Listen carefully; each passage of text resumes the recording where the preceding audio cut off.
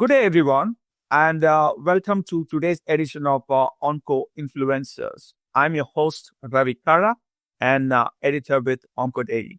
We are excited to have Dr. Elizabeth Smyth with us today. Dr. Smyth obtained her MD from University College Dublin. She was awarded a fellowship from the Irish Society of Medical Oncology to train at Memorial Sloan Kettering Center, New York.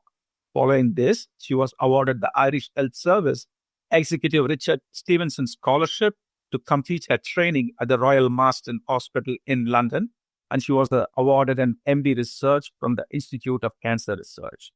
Dr. Smyth primarily works as a consultant medical oncologist in upper GI oncology at Oxford NHS Foundation Trust.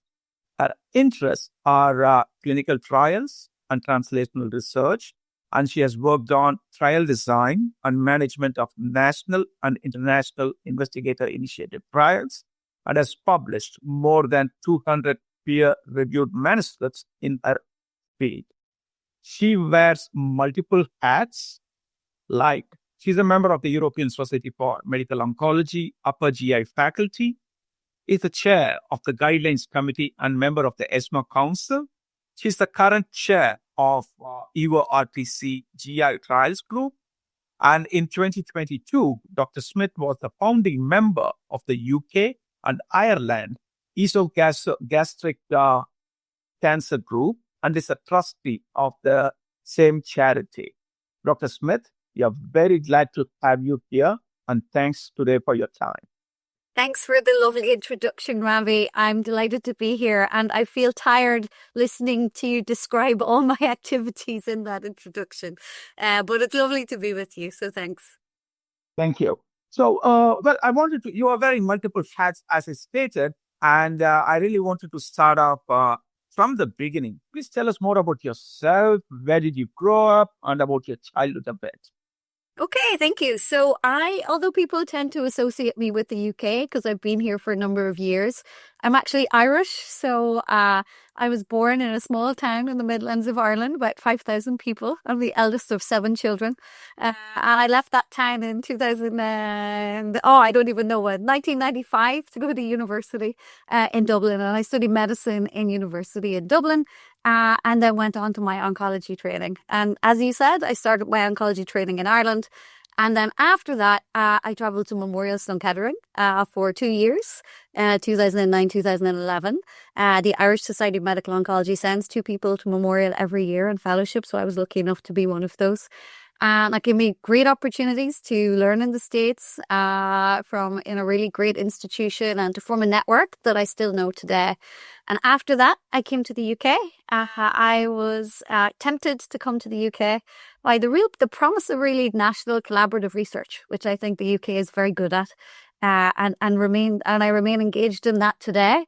And I've worked with several places in the UK. So I worked in the Royal Marsden, where I finished my training. I was a clinical trials fellow. I worked as a consultant in Cambridge, and then I moved to Oxford. Most recently, I've been here for 2 years, and I'm very happy. Excellent. Thank you. Why did you choose medicine and particularly oncology to specialize?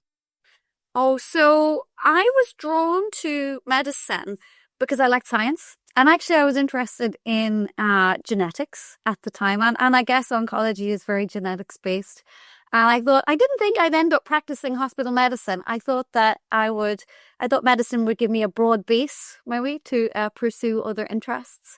And then when I came to do my medical training in Dublin when I was just qualified, I found that I was really drawn to oncology because for a couple of reasons. I think first of all, the care of the patients is really important.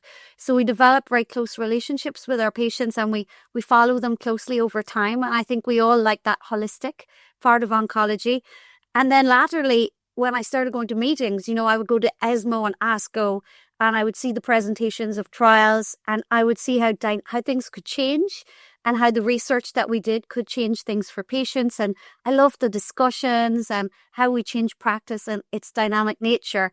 And then I realized that what I wanted to do was I wanted to specialize in clinical trials and research. So I'm really marrying both of those things in oncology. So we're looking after patients and we get to offer them the new and the best treatments that maybe they wouldn't have otherwise. So it's really a bit of a dream job. Excellent. I think that was already a segue into my next question, which is tell us more about your current role, the tumor types you treat, and if you had to break down your working day by percentage, how much of it would be patient care, how much of it would be clinical research, and anything else. Great. So the job that I have is a really, really special job. It's great. So I work in the NHS 50% of my time, and I look after GI oncology patients. I look after mostly upper GI now. I previously did a lot of colorectal in the past, but I mostly treat gastric, esophageal, and HPV cancers. I have 2 clinics a week. So clinic on a Monday, clinic on a Wednesday. And I have MDTs also on Monday. And I also do some ward rounds. So that's about 50% of the time. I'm the head of GI oncology in Oxford. And then the other 50% of the time, which is paid through our biomedical research centre at the university, is research. And I work in a lot of different roles. So we open commercial trials, working with our industry colleagues, and we can offer those to patients, both late phase and early phase. I work to set up my own trials, which we call investigator-sponsored trials, initiated trials, and we work with industry and grants to get those going and maybe ask academic questions that are not asked otherwise in commercial trials, and also set up work closely with my surgical colleagues, with my laboratory colleagues to think about translational research. So it's really bringing that all together, and the major goal is to improve outcomes for patients with esophageal, gastric, and GI cancers in general. And so I have a couple of other roles. You know, I work with what we call the NIH-EORTC, so that's a research delivery network in the UK, and that's trying to help set up trials in the UK. And I also work with the clinical trials unit in Oxford, also helping to set up early phase clinical trials. So there's a lot of interesting jobs to keep me going, as well as the NHS practice. Excellent. Now, with respect to the upper GI tract disease, what are the latest innovations that you have seen? We always keep hearing about the immune checkpoint inhibitors, but we also understand that not every patient treated with a particular drug is going to benefit. Now, what has been, or how have the immune checkpoint inhibitors changed the treatment paradigm for these patients? But what is the work that still is pending? Great question. So immune checkpoint inhibitors have been transformative for a small proportion of patients with upper GI cancers. And we do see long-term cures now for a fair number of patients. The message I'm giving my patient, if they have a good biomarker, so high levels of PD-L1, is if they respond, they have a 30% chance of survival at 3 years, which is what we didn't see that 4 or 5 years ago. But what do we do with the rest of the patients? So there are those immunologically cold patients who we are not yet helping. And where I see this going is a couple of different directions. So first of all, you know, it won't be immune checkpoint inhibitors for everyone. We may be looking at targets or targeted immunotherapy even. So we have our new Claudin drugs in development. We have ADCs and we have particularly exciting, we have T-cell engagers, you know, which are bringing the immune system to perhaps immunologically cold tumors. So we have a couple of Claudin by CD3 T-cell engagers. And I think that combinations of these in conjunction with chemotherapy will lead to long-term survival for patients. And we're going to be talking about sequential therapy. So what we need to think about also is biomarkers, sequential testing of biomarkers.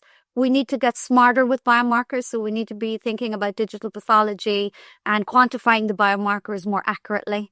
And, you know, what I've always been interested in, what a lot of my research has been in perioperative setting. So in patients who are having chemotherapy before and after operations. And what I would like to see is moving our new treatments, our ADCs, or immunotherapies, into that setting more quickly. So traditionally, it's taken a long time. So I think at ASCO this year, we'll see the Matterhorn trial presented. We don't have the results yet, but we've been told it's a positive trial for patients in the perioperative setting. And that's really a landmark because we haven't been able to introduce targeted therapy or immunotherapy for those patients at this point in time. So We're also looking at things like ctDNA, to follow patients up, to decide on adjuvant treatment. So there's so much work that can be done. It's really been, it's a tough disease area to work in, but it's actually been really great for the past number of years because we have all these very exciting drugs in development and we can see the impact that they're making on patients. Excellent. That's very heartening to know. And you did mention the combination treatment options of for example, immunotherapies with ADCs or T-cell engagers, as well as chemotherapies. One thing I have seen during my career is that UK is particularly, you can call it cumbersome or even difficult for accessing innovative products because of the pricing and all of that. When you combine multiple treatment modalities, and obviously the patient is going to benefit, but the question would be at what cost, not just financially, but also the quality of life and the toxicity profile. What are your thoughts? This is a great question. Very thoughtful of you, Ravi. So I'm a person who frequently attends NICE, and I advocate for new treatments for my patients. But I do think that we need to consider the cost, especially in a single-payer healthcare system. So if I'm frank, every time we use an expensive drug, that money comes from somewhere else. So that money is not going to social care in the community, not going to rehabilitation. So I think that it is right that we ask the question, what is the value that these drugs provide for patients? And there are many different ways of assessing this. NICE is one. It has very complex algorithms which are used that look at both long-term benefit and quality of life for patients. And it is an expert group. And I think if a drug provides value for the patient and for the country, then most effective drugs are available. We also have other value metrics like ESMO MCBS, which is one of the global scores which could be used to assess value. And I think that it's right for us to ask these questions. And it's right for patients, even if they're self-paying, to ask these questions. As you say, as treatments become more expensive, the added value of combining treatments needs to be considered both in terms of toxicity and in terms of financial toxicity for the patient or for the country and taxpayers as a whole. So I don't think that there's an easy answer, but doing it in a really systematic way, such as NICE does, I think is taking the right approach. Thank you. Oh, that's. I think I fully comprehend the thinking you have, and I think that's the right approach to these kind of questions. Basically, not just the physical toxicity, but also the financial toxicity to the society as a whole. Now, on the topic of multiple different classes of drugs, what we have seen is, for example, CAR-T cell therapies, phenomenal success in hematological indications, but not so much in solid tumors. What are your thoughts on what's going wrong or what's not working in solid tumors with respect to CAR-T cell therapies? Well, I think that in the first instance, we had difficulties with the target. So the target for CAR-T was highly available in the circulatory system. And actually, if you deplete those cells that have that target, you can manage very well. So you can, kill off all the CD19 positive cells and the patient will still be quite well and can function without them. The difficulty with solid tumors has been finding a target which is present on organs and that won't harm the patient if we target with CAR-T. So the first issue was the target. The second issue is penetrance. Now, I think that we've cracked at least one or two of the targets, but perhaps not the penetrance yet or the persistence at this point in time. So Claudin 18.2 CAR-T in gastric cancer have been very exciting. And at ASCO next week, we will see the first randomized evidence from a trial which will show a benefit to CAR-T compared to standard of care chemotherapy. So I'm very excited to see this. I haven't seen the data yet. Now, the issue is that we need that benefit to be long-lasting because patients need to undergo highly toxic conditioning regimens, which can be, quite hard on them, and stay in hospital for a prolonged period of time for most CAR T regimens. So in order to make that worthwhile for the patient to go through that, we need the CAR T to work for a long period of time. And that has not yet been demonstrated in solid tumors, to my mind, in contrast to how it's been demonstrated in hematology. So we will need to, I think we're at the beginning of the curve of understanding that. So I don't think that we should write off CAR T in solid tumors because we haven't seen the immediate results we saw in hematology. We need to study why the T cells are not persisting in patients, and maybe they are in some, and then maybe design the CAR T better, or produce different conditioning regimens, or co-treat with other antibodies. I don't have the answers, but I think we know the questions that we need to ask. The second, thing that I've seen this year, which is extremely exciting, although very early days, is that we can now, the technology exists where we can generate CAR T in vivo. So there has been a myeloma trial, a small biotech company that recently purchased by AstraZeneca, Oesophageal, and using a lentiviral vector, they induced CAR T in the patient, so the patients don't require conditioning regimens, and the patients had very good responses to those in vivo production of CAR T. So this is a very exciting prospect. Whether it would work in solid tumors, I don't know, but these are questions that we will ask going forward over the next couple of years. Excellent. Thanks a lot for that. What I've seen is what we can imagine as science fiction today probably becomes the standard of care 20 years later. I mean, this is what we have seen with CAR T-cell therapies or immune checkpoint inhibitors and so on. So I actually look forward to this in vivo. I hear you.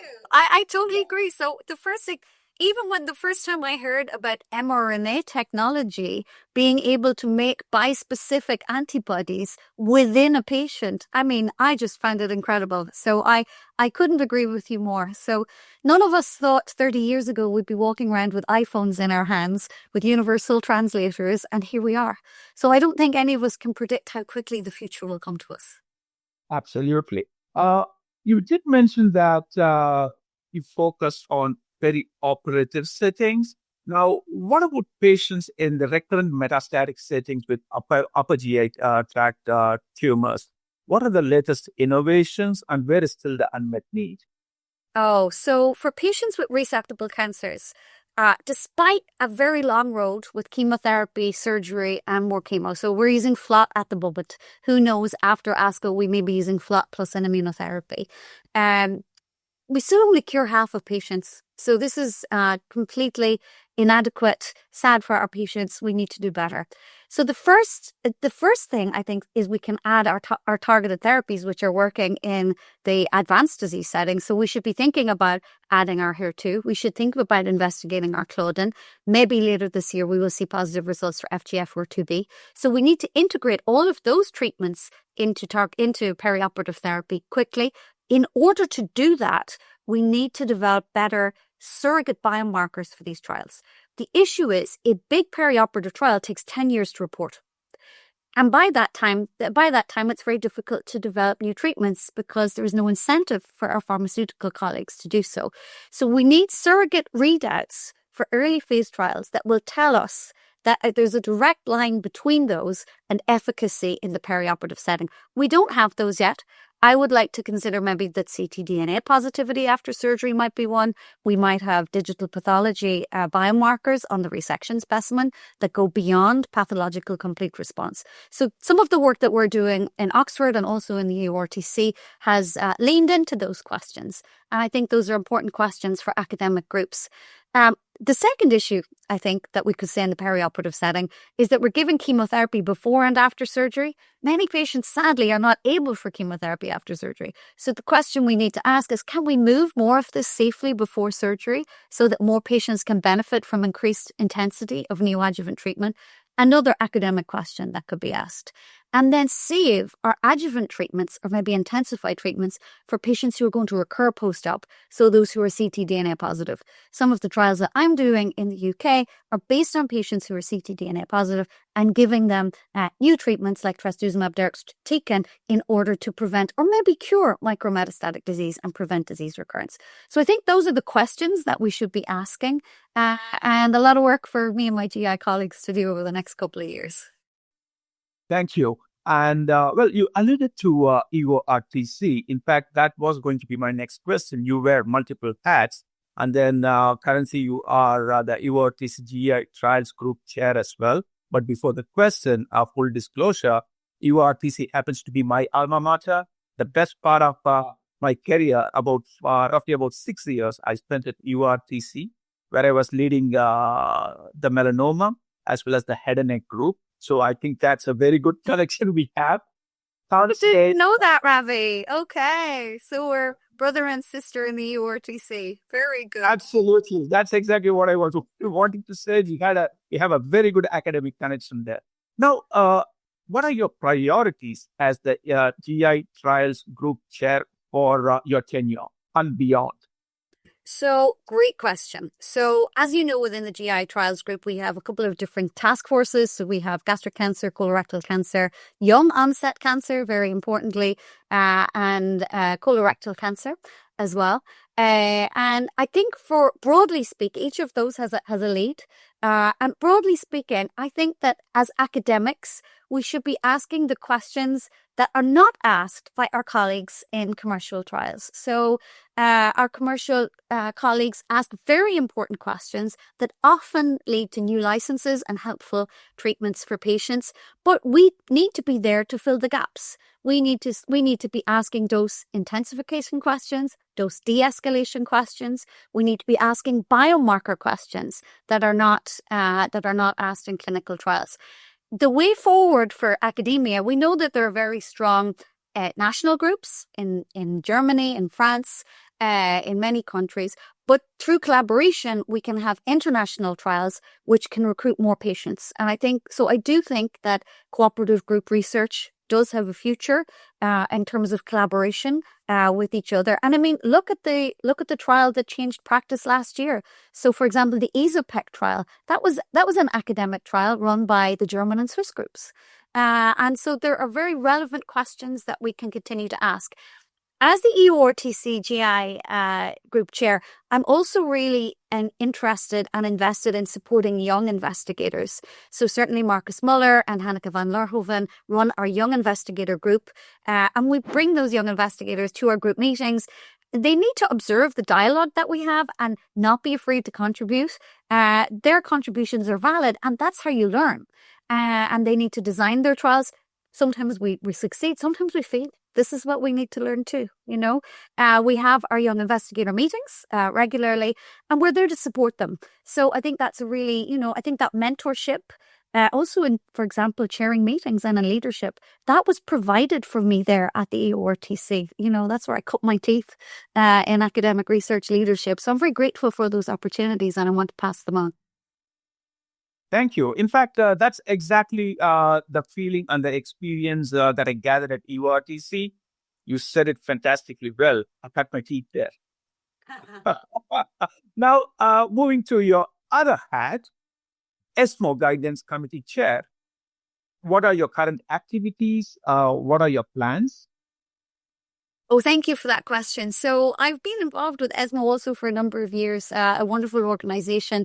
I think now very much a global organization, not just representing Europeans. So more than 50% of members are from outside of Europe. So a really global oncology organization. As chair of the guidelines, so I chair the guidelines committee. So I think that's really important to acknowledge both the ESMO staff and the Guidelines Committee. And the Guidelines Committee is composed of what we call subject editors, who are experts in each of their individual fields. So, for example, we have GI, we have breast, we have GU, etc. And so every year we meet and we decide what guidelines will be produced the next year. We have, over the past year, really consolidated how we choose the guidelines. there are 15 core guidelines which will be published every 2 years. And those are the guidelines that are the cancers which dominate, for example, sadly, in terms of mortality, in terms of incidence. And those are also updated as a living guideline on the ESMO website when a new guideline update is produced. So we need to keep on top of those dynamic diseases very quickly. And then we have other guidelines that are produced on a more intermittent basis. For example, if there are a few changes in that area. So we decide what guidelines will be produced every year.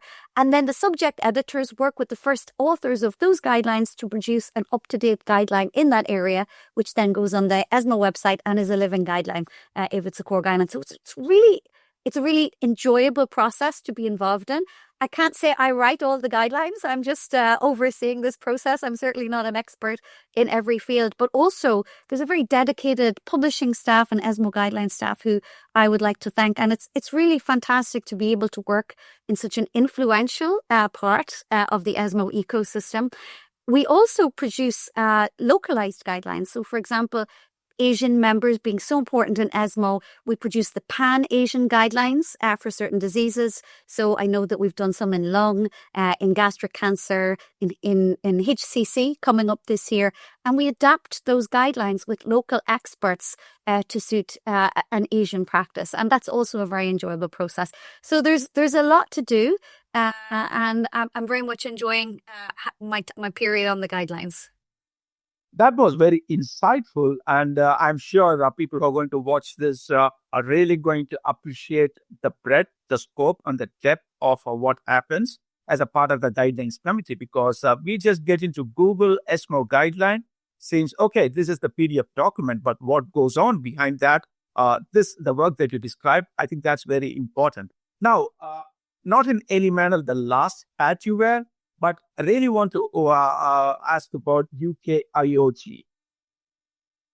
Oh, thank you. So I think that what we find in the UK is that there are many national groups that support disease-specific areas. And for example, I travel to Italy a lot, and I was always really impressed that if I went to a gastric cancer meeting, there were 100 gastric cancer oncologists in the room who were all interested and wanted to contribute to research. And I found that was a little bit lacking in the UK. There were lots of individuals who were very talented, but there was no central way to bring them together. And not just medical oncologists, but also surgeons, gastroenterologists, our ancillary staff, our nurses, our nutritionists that are so important in upper GI. And so I saw an opportunity for us to create an organization that could have a couple of roles. The first role would be education. The second role would be advocacy, for example, as you said at NICE. And the third role could be research orientated. So what we did, myself and two other founder members in 2022, is set up UK IOG as a charity. And we have a great group now. We have probably more than 200 members. We have national MDT meetings where we meet and discuss cases online. We have an annual meeting at which we discuss the latest updates in multidisciplinary research. We have a guidelines committee. I'm not involved in that, actually, so I gave that one up for UK IOG. And I think everything it's starting to, grow as a group. I think often it takes a while for these organizations to find their feet. But it's been, I think, a great success. And I think it serves, hopefully, the patients who have esophageal gastric cancer in the UK well, by bringing everyone together so we can align in terms of the best treatments and educate as to what's changing, because it is a very quickly changing environment. Thank you. That's very motivating. Now, the last question I have is, what is your message to patients out there suffering from upper GI cancers? What is your message to them? Oh, so my message to all my patients is this is a tough disease to treat, but there are treatments available to help you. Those treatments are evolving all the time. It's really important that you can empower yourself. Ask your doctor lots of questions. Don't be afraid to travel for research or clinical trials if that's what you wish to do. And more importantly, the care for esophageal gastric cancer is holistic. It's wraparound. It's not just about the chemotherapy or the immunotherapy. It's about the care from your nurse specialists and also nutrition. So what we need to do is think about the whole person when we're thinking about esophageal gastric cancer. There are very exciting developments, but sometimes what we need to focus on also is how they feel. Excellent. On that note, I thank you for your time and for this excellent and insightful discussion. And thanks for your patience in answering all the questions. I wish you a great ASCO. Hopefully, we meet in ESMO, which is in Berlin this year. Oh, fantastic, Ravi. Well, thanks for those questions. They were very interesting. Hope it was successful, and I look forward to seeing you soon. Thank you. Don't forget to like, comment, share, and subscribe to OncoDaily on YouTube. Hit the bell icon to stay updated.